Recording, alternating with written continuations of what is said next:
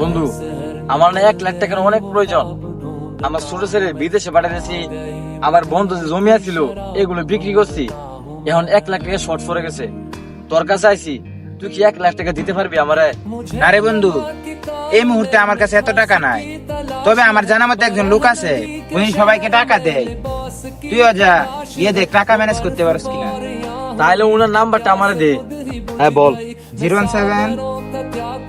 তোর অসংখ্য ধন্যবাদ। তাহলে বন্ধু আমি যাই, ভালো থাকিস।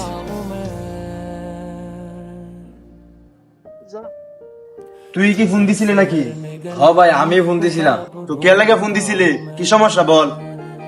ভাই, আমার ছোট ছেলে বিদেশে পাঠানোর ব্যবস্থা করছিলাম।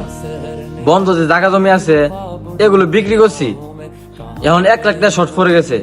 একজনের কাছে গেছিলাম, পরে আপনার পরিচয় দিয়ে দিছে, আপনি কি মনে করে টাকা পয়সা ধার দেন।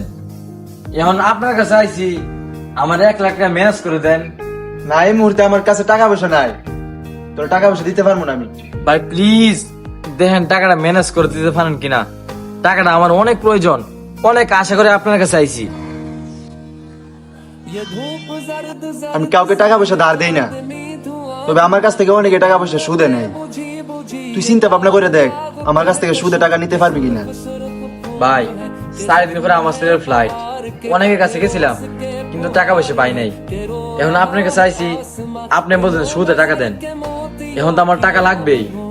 তাইলে আপনি 1 লাখ টাকা দেন, আমার ছেলে বিদেশ যাওয়ার পর বেতন পাওয়ার সাথে সাথে লাভ সহ আপনার 1 লাখ টাকা দিয়ে দিমু। বেতন টেতন বুঝি না, বিটের দলিল নিয়া আমার বাড়িতে আই, তারপর 1 লাখ টাকা নিয়ে যায়।